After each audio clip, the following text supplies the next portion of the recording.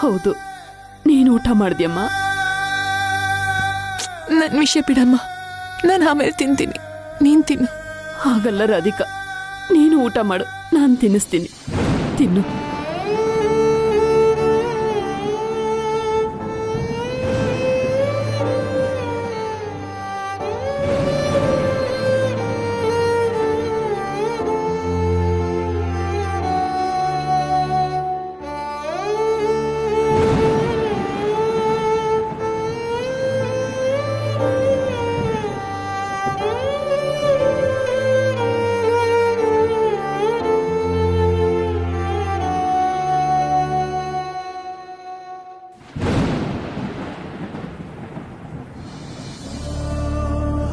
ಹೌದು, ಒಂದ್ಸಲ ಪ್ರಿಯಾಗೆ ಫೋನ್ ಮಾಡಿ ಮಾತಾಡಮ್ಮ.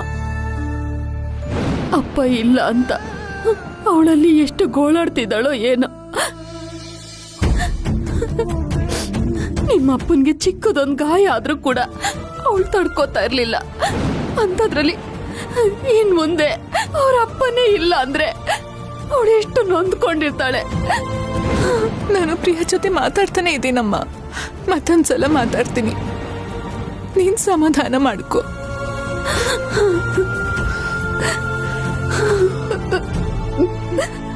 ಅಮ್ಮ,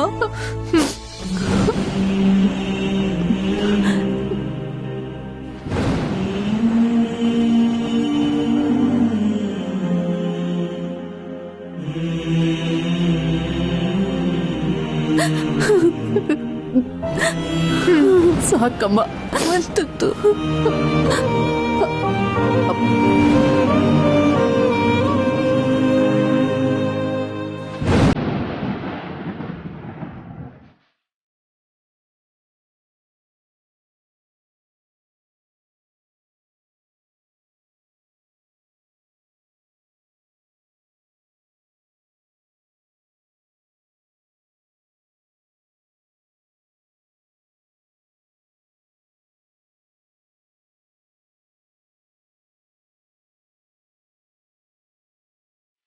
ಕೈಲಾಶ್ ಅವರು ಊಟ ಮಾಡಿದ್ರು ಇಲ್ವೋ, ನನ್ನ ಮೇಲಿರೋ ಕೋಪದಲ್ಲಿ ಊಟ ಮಾಡದೆ ಹಾಗೆ ಇದ್ದಾರೇನೋ.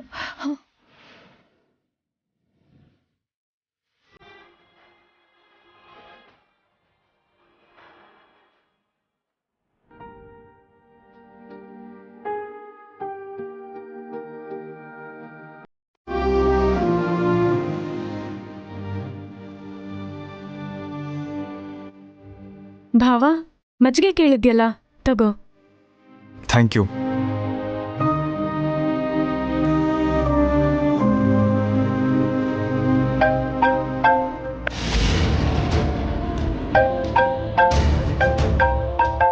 ಸರಿ, ನೀನು ಹೊರಡು.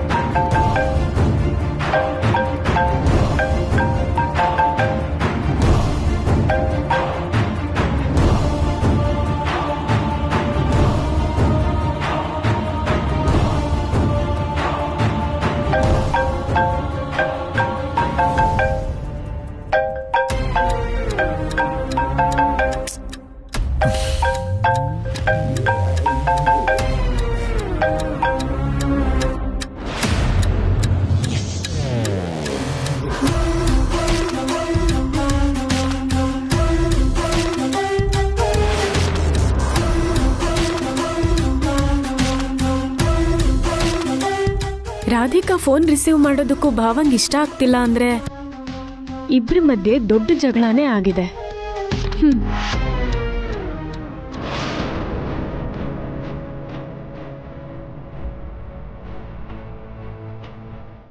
ನೀವು ಕರೆ ಮಾಡುತ್ತಿರುವ ನಂಬರ್ ಸದ್ಯ ಸ್ವಿಚ್ ಆಫ್ ಆಗಿದೆ. ಕೈಲಾಶ್ ಅವರು ಫೋನ್ ಸ್ವಿಚ್ ಆಫ್ ಮಾಡಿಬಿಟ್ರಲ್ಲ.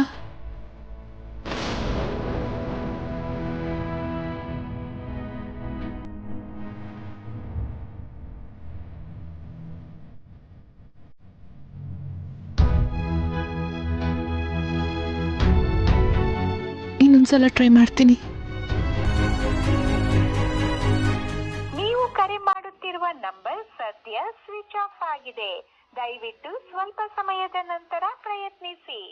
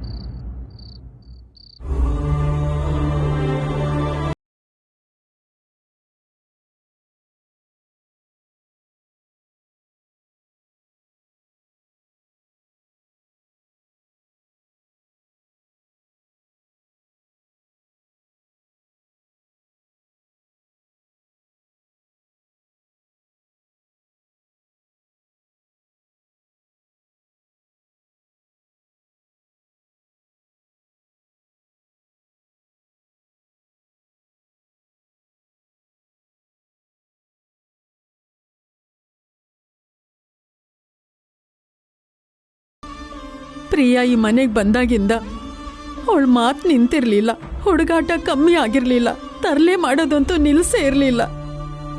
ಯಾವಾಗ್ಲೂ ನಗ್ನಗ್ತಾ ಇರ್ತಿದ್ಲು. ಅವಳು ಒಳ್ಳೆ ತಂದಿಂದ ಎಲ್ರನ್ನೂ ಬದಲಾಯಿಸಿದ್ಲು. ನಗೋದು ನಗ್ಸೋದು ಬಿಟ್ರೆ ಬೇರೇನೂ ಗೊತ್ತಿಲ್ಲ. ತಂದೆನ್ ಕಳ್ಕೊಂಡು ಕಣ್ಣೀರ್ ಹಾಕ್ತಾ ಮೌನವಾಗಿ ಕೂತಿದ್ದಾಳೆ. ಮನೆಯೆಲ್ಲ ಬಿಕ್ಕೋ ಅನ್ನಿಸ್ತಿದೆ ಕಣೋ.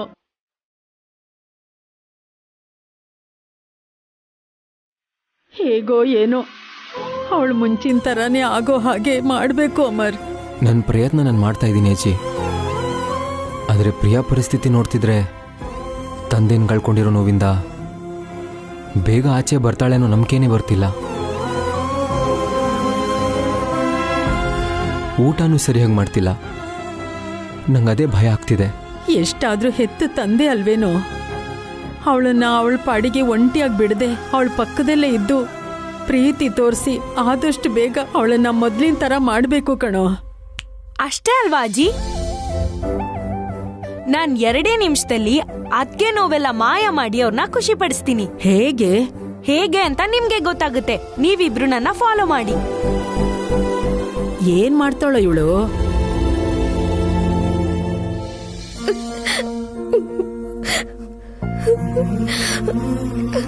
ಹಾಯ್ ಅದ್ಗೆ,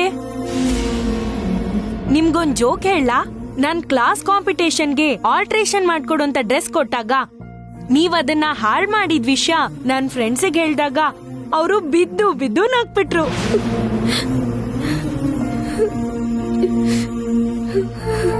ನಿಮಗ್ ಸಪೋರ್ಟ್ ಮಾಡಿ ನನ್ನ ಬೈದ್ರು.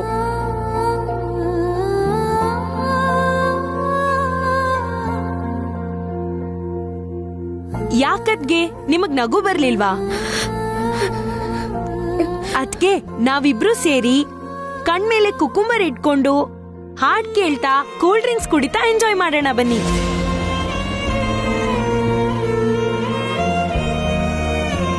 ಈ ಸಲ ಮಾತ್ರ ಅಣ್ಣನ್ ಕೈಗೆ ಸಿಕ್ಕಾಕೊಳ್ದಿರೋ ತರ ಕೇರ್ ತಗೊಳ್ಳೋಣ.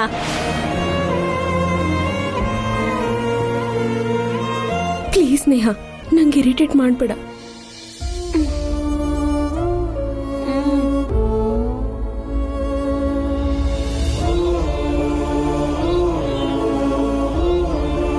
ಅಜ್ಜಿ ಅದ್ಗೆ ನಗ್ತಾನೆ ಇಲ್ಲ. ನಿನ್ ಕೈಯಲ್ಲಿ ಏನಾಗತ್ತೆ ಮಂಕದಿಣ್ಣೆ? ನನ್ನ ನೋಡಿ ಕಲ್ತ್ಕೋ. ನೀನ್ ಇಲ್ಲೇ ಇರು. ಅಮ್ಮ ಪ್ರಿಯಾ,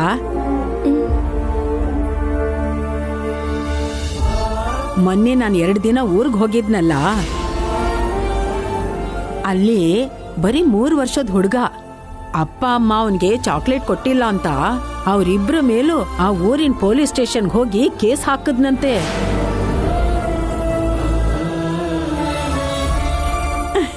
ನಂಗೆ ಎಷ್ಟು ನಗು ಬಂತು ಗೊತ್ತಾ?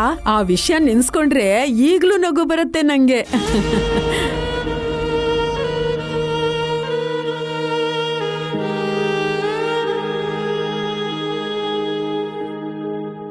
ಅಮ್ಮ ಪ್ರಿಯಾ,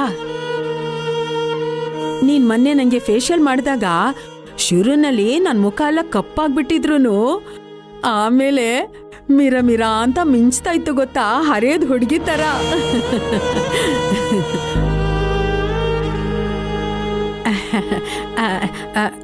ನಾನು ಊರ್ಗ್ ಹೋಗಿದ್ನಲ್ಲ, ನನ್ ಮುಖ ಎಲ್ಲ ಸ್ವಲ್ಪ ಟ್ಯಾನ್ ಆಗೋಗಿದೆ. ಮತ್ತೆ ಒಂದ್ಸಲ ಫೇಶಿಯಲ್ ಮಾಡಮ್ಮ.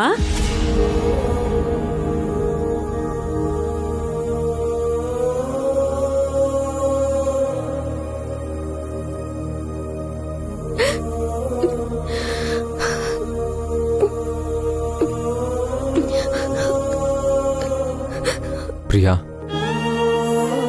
ನೀನ್ ಹೀಗೆ ಇದ್ರೆ ಮನ್ಸಲ್ಲಿರೋ ನೋವು ಇನ್ನೂ ಜಾಸ್ತಿ ಆಗುತ್ತೆ. ಆರಾಮಾಗಿ ಸ್ವಲ್ಪ ಹೊತ್ತು ಹೊರಗಡೆ ಓಡಾಡ್ಕೊಂಡು ಬರೋಣ ನಡಿ.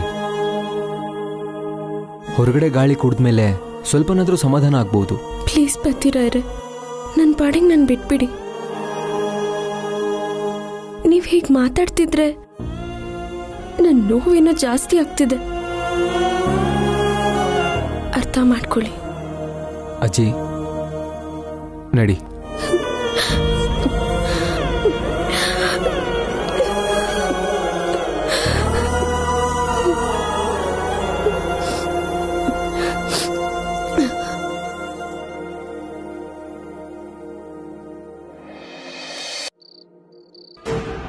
ಅಮ್ಮ ಅಮ್ಮ. ಏನಮ್ಮ ಮಲ್ಲೇಶ್ವರಿ, ನೀನು ಮುಖ 1000 ಕ್ಯಾಂಡಲ್ ಬಲ್ಬ್ ತರ ಹೊಳಿತಾ ಇದೆ. ಏನಾದ್ರೂ ಗುಡ್ ನ್ಯೂಸಾ? ಹೌದು ಅಪ್ಪ, ನಮಗ್ ಉಪಯೋಗಕ್ಕೆ ಬರೋ ಗುಡ್ ನ್ಯೂಸೇ ಇದೆ.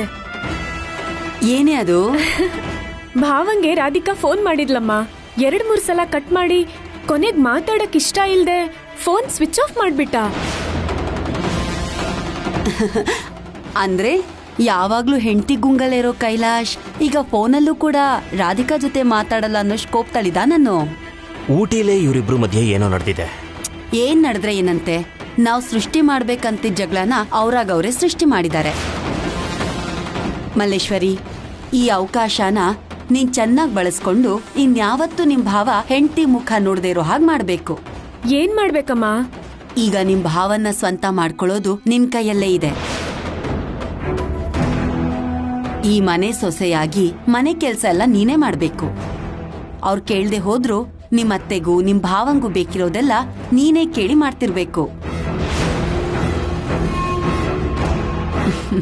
ನಿನ್ ನಡವಳಿಕೆಯಿಂದ ಪ್ರೀತಿಯಿಂದ ಅವರಿಬ್ರನ್ನು ಬುಟ್ಟಿಗೆ ಹಾಕೊಂಡು ರಾಧಿಕನ ಪರ್ಮನೆಂಟ್ ಆಗಿ ಈ ಮನೆ ಬಿಟ್ಟು ತೋಡ್ಸೋ ತರ ಮಾಡ್ಬೇಕು. ಅದೆಲ್ಲ ನನಗ್ ಬಿಡಮ್ಮ, ನಾನ್ ನೋಡ್ಕೋತೀನಿ.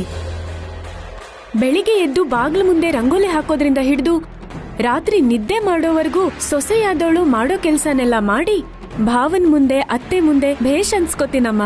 ನೀನ್ ಅದೊಂದ್ ಕೆಲ್ಸ ಸರಿಯಾಗಿ ಮಾಡು, ಮೆಕ್ಕಿದೆಲ್ಲ ನಾನು ನಿಮ್ಮಪ್ಪ ನೋಡ್ಕೋತೀವಿ.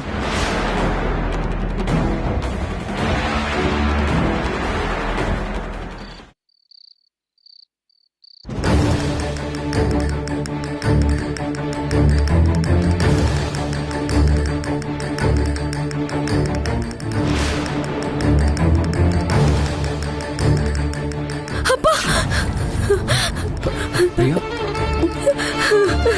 ಪ್ರಿಯಾ ಏನಾಯ್ತು? ಯಾಕೆ ಅಳ್ತಿದ್ಯಾ ಪ್ರಿಯಾ? ನಿದ್ದೆಲ್ಲೂ ಕೂಡ ನಮ್ಮಪ್ಪನ ನೆನಪುಗಳು ನನ್ನನ್ನು ಕಾಡ್ತಾನೆ ಇದ್ದಾವೆ.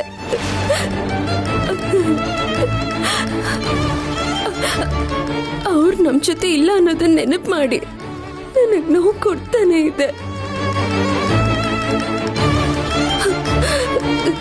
ನಿಜವಾಗ್ಲೂ ಅಪ್ಪ ತೀರ್ಕೊಂಡ್ರ ಪತಿರಾರೆ,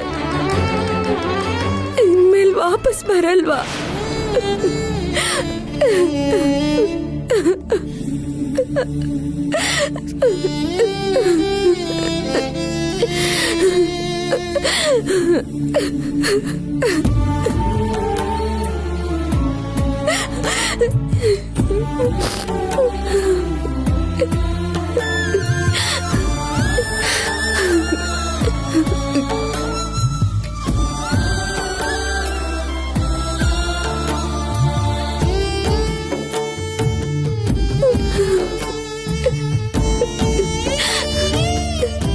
ಕಷ್ಟ ಗೊತ್ತಿದ್ರು ಕಂಟ್ರೋಲ್ ಮಾಡ್ಕೊ ಅಂತ ಹೇಳಕ್ಕಾಗ್ತಿಲ್ಲ. ಹಾಗಂತ ನಿಂಗೆ ಸಮಾಧಾನ ಮಾಡ್ದೇನೂ ಇರಕ್ಕಾಗ್ತಿಲ್ಲ.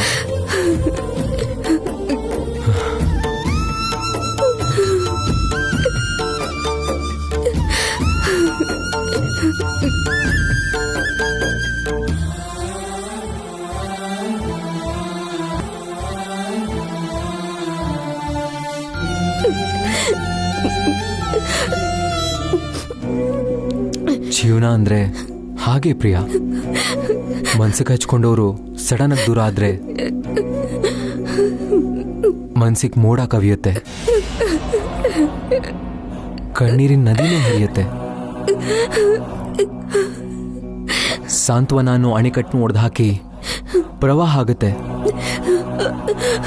ಪ್ರತಿ ನೋವಿಗೂ ಕಾಲನೇ ಉತ್ತರ ಕೊಡುತ್ತೆ ಅನ್ನೋದು ಹಸಿ ಸುಳ್ಳು. ಕಾಲ ಹಿಂದೆ ಸರಿತಾ ಇದ್ರು ನಮ್ಮ ನೆನಪುಗಳು ಹಾಗೆ ಇರ್ತವೆ. ಯಾವುದೋ ಒಂದು ರೀತಿ ನೆನಪಾಗಿ ನಮ್ಮ ಕಣ್ಣ ತೇವಾಗೋ ಥರ ಮಾಡ್ತಾ ಇರುತ್ತೆ. ಪ್ರಿಯಾ, ನಿನ್ ನೋವು ಅಪ್ಪ ಆಗದೆ ಇರ್ಬೋದು ನಾನು, ಆದ್ರೆ ನಿನ್ ಮನ್ಸು ಅರ್ಥ ಮಾಡ್ಕೊಳ್ಳೋ ಒಬ್ಬ ಒಳ್ಳೆ ಗೆಳೆಯ ಆಗಿರ್ತೀನಿ.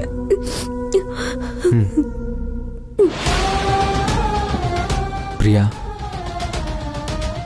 ಇನ್ನೇನು ಯೋಚನೆ ಮಾಡದೆ ಮಲ್ಕೋ.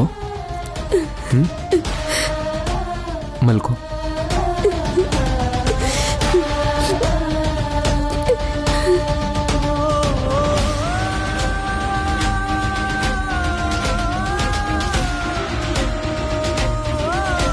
ಪ್ರಿಯಾ ಅಪ್ಪ ನೆನೆಸ್ಕೊಂಡು ತುಂಬಾ ಸೆನ್ಸಿಟಿವ್ ಆಗಿದ್ದಾಳೆ.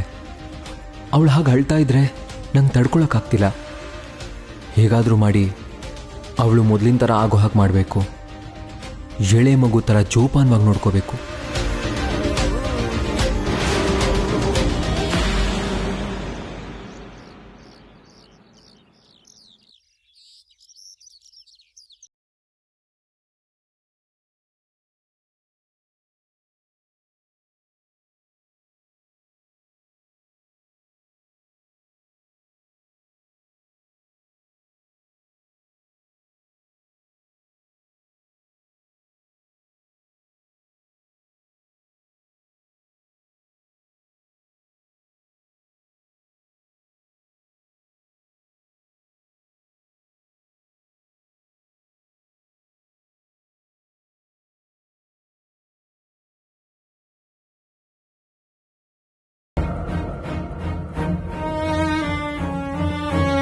ನನ್ ಮಗಳು ರಾತ್ರಿ ಮಾತ್ ಕೊಟ್ಟು ಬೆಳಿಗ್ಗೆನೆ ಕೆಲಸ ಶುರು ಮಾಡ್ಬಿಟ್ಟಿದ್ದಾಳೆ. ಸೂಪರ್ ಕಣೆ ನೀನು.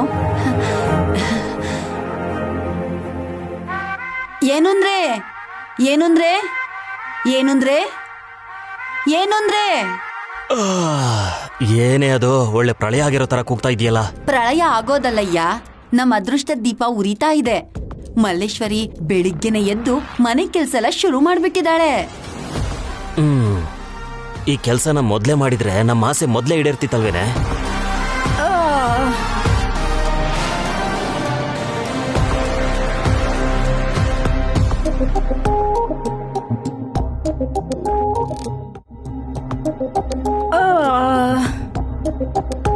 ಗುಡ್ ಮಾರ್ನಿಂಗ್ ಅಮ್ಮ. ಗುಡ್ ಮಾರ್ನಿಂಗ್ ಅಪ್ಪ. ಏನೇ ಇದು, ನೀನೀಗ ತಾನೇ ಇದ್ದಿದ್ದಾ? ಹೌದು. ಮತ್ತೆ ಇದನ್ನೆಲ್ಲ ಮಾಡಿದ್ ಯಾರಮ್ಮ? ಏನೋ ನನ್ಗೇನ್ ಗೊತ್ತು.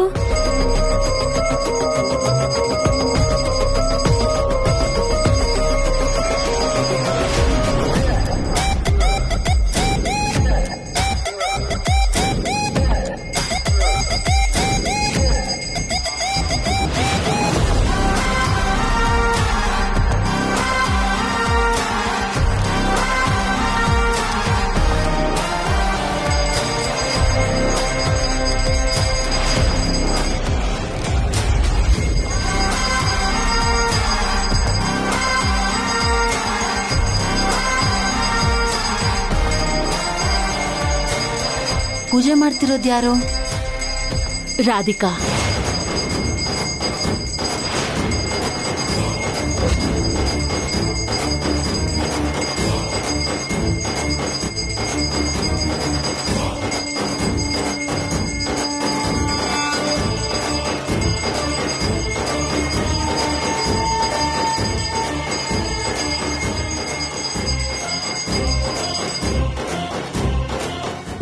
ಈ ತರ ಶಾಕ್ ಆಗಿ ನೋಡ್ತಿದ್ದೀರಾ?